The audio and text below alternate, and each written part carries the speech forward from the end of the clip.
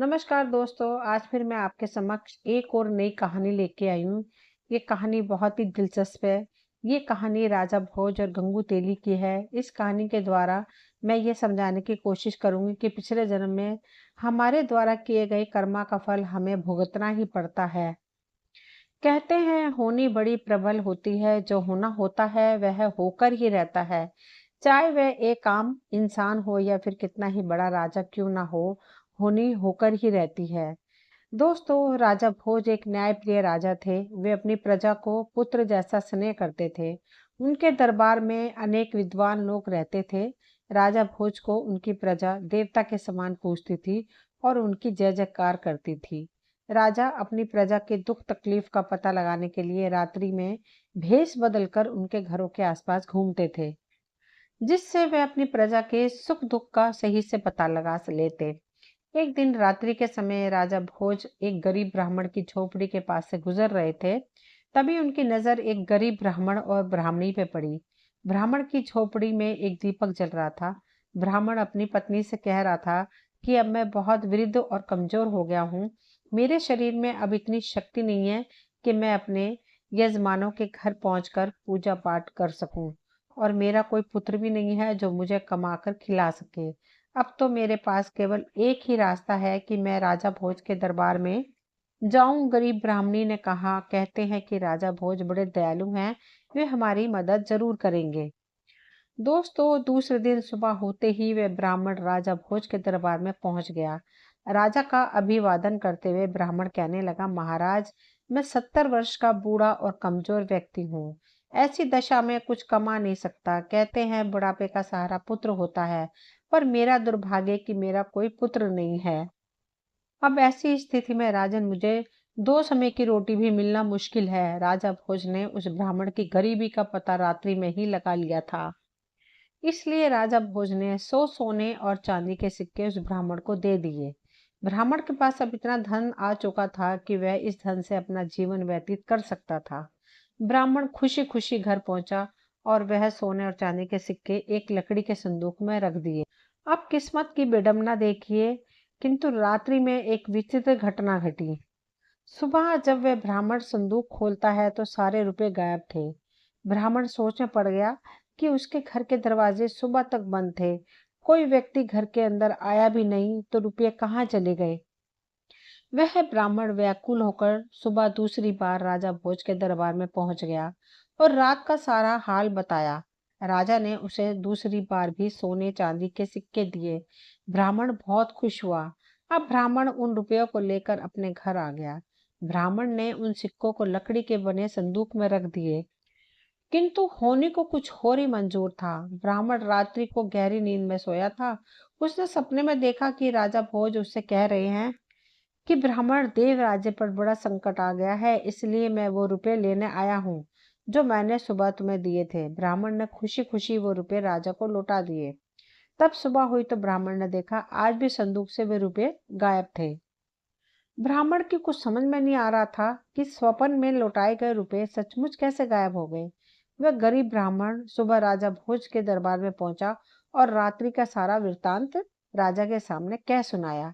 राजा ब्राह्मण की बातें सुनकर बड़े आश्चर्य में पड़ गया। राजा ने कोषाध्यक्ष को आदेश दिया कि इस ब्राह्मण को सोने व चांदी के सिक्के ब्राह्मण को पुनः दे दिए जाए।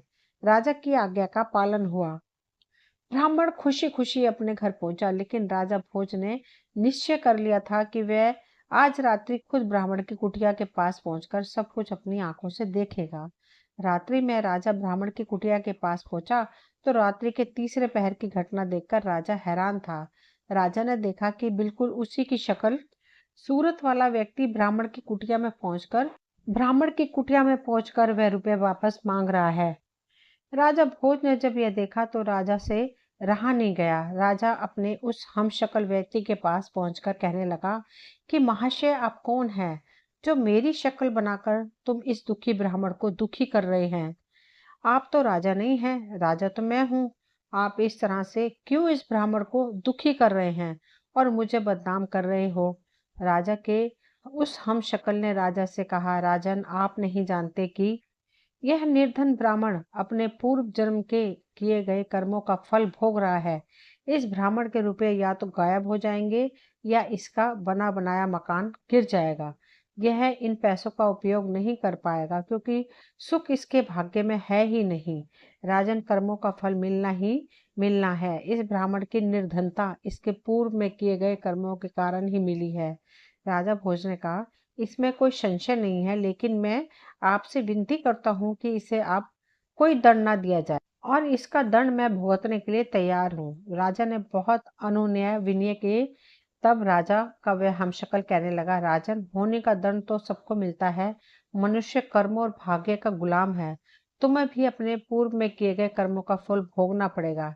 इससे कोई बच नहीं सकता। इस दुनिया में सबको प्रकृति से लड़ना पड़ता है। ये प्रकृति ही सबको अच्छा और बुरा अवसर प्रदान करती है। कर्मों का खेल बड़ा विचित्र है। यह कहकर वह राजा का हमशक्ल गायब हो गया। एक दिन राजा अपने सबसे तेज और ताकतवर घोड़े पर सवार होकर जंगल में शिकार खेलने निकल गया। राजा के साथ कुछ सिपाही भी थे। सारा दिन शिकार की तलाश करते करते हुए अपने राज्य की सीमा पर पहुंच गए। राजा के सिपाही पीछे छूट गए। तभी उसे घोड़े ने एक ऊंची पहाड़ी से छलांग लगा दिया।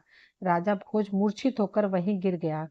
राजा भोज को जब होश आया तो उन्होंने देखा कि वह पड़ोसी राजा के सिपाहियों के कब्जे में है। सिपाहियों ने राजा से पूछा कि तुम कौन हो? राजा की जुबान बंद हो गई थी। राजा ने कोई उत्तर नहीं दिया। इस पर सिपाहियों ने राजा को शत्रु समझकर मारा पीटा और घायल करके नगर के बाहर सुनसान जगह पर फेंक दिया।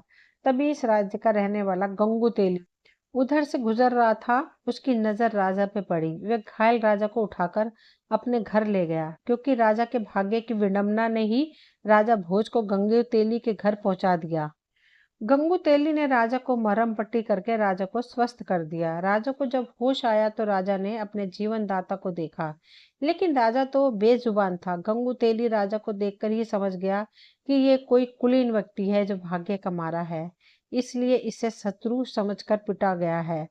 कुछ दिन के बाद राजा भोज पूर्ण रूप से स्वस्थ हो गए, लेकिन राजा भोज ये जानते थे कि सत्यता जानने पर इस राज्य का राजा सत्यता जानने पर उन्हें शत्रु समझकर कैद में डाल देगा। इसलिए राजा चुप रहे। गंगू तेली ने राजा को कोलू पेलने का काम दिया। राजा ने उस कार्य को सहर्ष स्वीकार कर लिया। गंगू तेली खुद भी राजा के साथ कोलू का बैल बनता था, किंतु हीरा को कोयले के बीच भी चमकता है और चिंगारी घोर अंधेरे में भी चमकती हुई दिखाई देती है।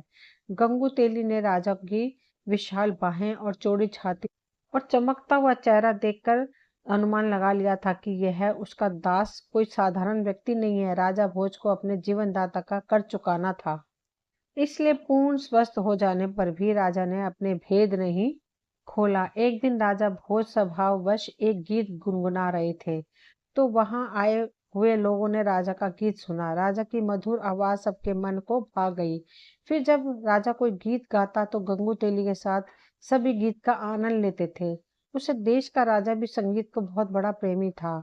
उसकी राजकुमारी भी संगीत की शिक्षा ले रही थी। उस राज्य के दरबार में गायकी और नृत्य हुआ करते थे और गाने वालों को उचित इनाम भी दिया जाता था। उस राजा के दरबार में संगीत का विशाल आयोजन था। सबसे अच्छे संगीतज्ञ को चुना जाना था। किसी तरह से गंगू तेली ने अपने दास राजा को तैयार किया और नियत समय पर राजा भोज अपनी स्वामी के साथ उस दरबार में पहुंच गए। राजा भोज साधारण कपड़ों में, लेकिन उनके कपड़ों और चेहरों से तेज चमक रहा था। दरबार में चारों तरफ बड़े बड़े गायकों ने अपना गाना सुनाया, परंतु राजा की बेटी वसुंधरा अभी भी श्रेष्ठ गायक की तलाश में थी। अंतिम कोने में बैठे हुए गंगू तेली ने राजा भोज की तरफ संगीत के लिए इशारा किया। राजा ने खड़े होते ही चारों तरफ हाथ जोड़कर अभिवादन करते हुए मंच की तरफ चल दिए। मंच पर पहुंचकर राजा भोज ने गंगू तेली के नौकर के रूप में अपना परिचय दिया और गाना शुरू किया। दरबार में बैठे सभी लोग मंत्र मुक्त हो गए। चारों तरफ से वाह वाह की आवाजें आने लगी। राजकुमारी चिल्लाते हुए कहने लगी, महान गायक, श्रेष्ठ गायक। पहली बार खुली सभा में राजकुमारी को इस तरह चिल्लाना राजा और दरबारी को बड़ा अजीब लगा। राजकुमारी पर मानो जैसे संगीत का जादू छा गया था। वह खड़ी होकर फिर चिल्लाने लगी, यही है मेरा गायक, यही है श्रेष्ठ संगीतज्ञ। राजा के यकीन ही नहीं हो रहा था कि उस सभा में राजकुमारी अपना मान लेने और विजय व्यक्ति का मतलब राजकुमारी का जीवन साथी। राजा ने राजकुमारी से कहा कि बिना वंश जाने इस तरह तुम्हारी कहना उचित नहीं है, क्योंकि तुम कोई साधारण कन्या नहीं हो, इस राज्य की राजकुमारी हो। राजकुमारी ने कहा, पिताजी यह कोई साधारण व्यक्ति नहीं है, ये कुलीन वंश का गुणी राजकुमार है। आप परीक्षा करके देख ले। राजकुमारी वसुंधरा ने पूरे विश्वास के साथ उत्तर दिया, क्योंकि राजकुमारी का मन कहता था कि यह कोई साधारण व्यक्ति नहीं है। राजा सिद्धराज के दरबार में ज्ञानियों की कमी नहीं थी। वे 4 विद्वान धर्मदेव, कामदेव, कर्मदेव, तपदेव और पुण्यदेव बैठे हुए थे। राजा ने दरबार में साथी को संबोधित करते हुए कहा, विद्वानों, हम इस युवक का परिचय इसके गुणों से ही जानेंगे। हमारे 4 विद्वान ही इस श्रेष्ठ गायक का चुनाव करेंगे जिसे वसुंधरा पसंद कर सकेगी। हम स्वयं इन चारों विद्वानों से एक युवक के बारे में प्रश्न करेंगे। सबसे पहले सिद्धराज ने धर्मदेव से प्रश्न किया कि धर्मदेव, इस आर्यवर्त में सबसे अधिक धार्मिक युवक राजकुमार कौन है? धर्मदेव ने कहा, राजन, जितना मुझे ज्ञान है, धारा नगरी के राजकुमार राजा भोज ने बड़े बड़े धार्मिक कार्य किए हैं। सारी प्रजा उन्हें देवता की तरह पूजती है, इसलिए राजा भोज को धार्मिक राजकुमार मानता हूँ। राजा सिद्धराज ने अगला प्रश्न तपोदेव से किया, तपदेव, इस धरती पर आप किस युवक को तपस्वी मानते हैं? तपदेव ने कहा, महाराज, राजा भोज की कई युद्ध में जीवन मृत्यु के बीच पहुंचकर विजय हुई है।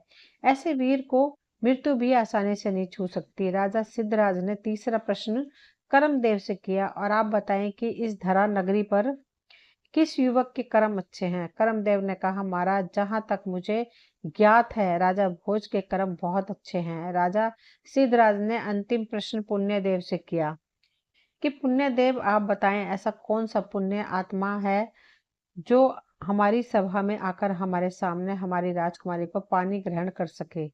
पुण्यदेव बोले कि महाराज, ऐसे पुण्य आत्मा को इस धरती पर राजा भोज ही है। उनके पुण्य की कहानी अनेक हैं, वह सबसे महान है। पुण्यदेव के इस प्रकार कहते ही अब सारे दरबार में सन्नाटा था कि अब इस युवक का क्या होगा।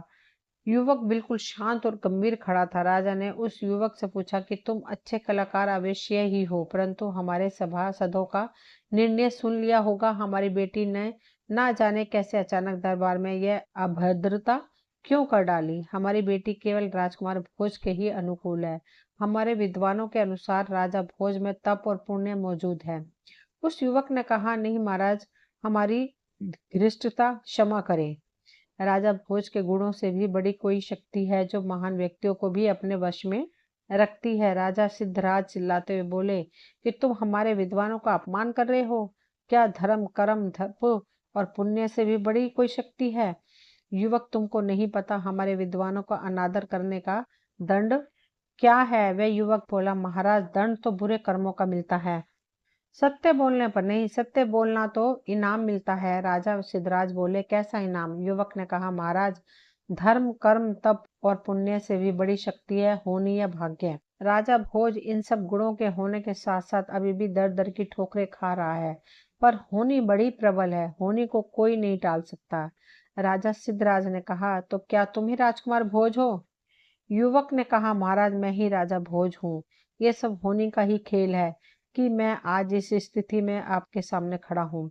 राजा भोज ने ब्राह्मण और शिकार की सारी बातें कह सुनाई। महाराज, आपके सैनिकों ने तो मुझे मारकर फेंक दिया था, पर यह तो भला हो मेरे जीवन दाता गंगू तेली का, जिन्होंने मेरे प्राण बचाए, पर इन्हें भी अपना परिचय न देकर इनकी दास्ता को स्वीकार कर लिया।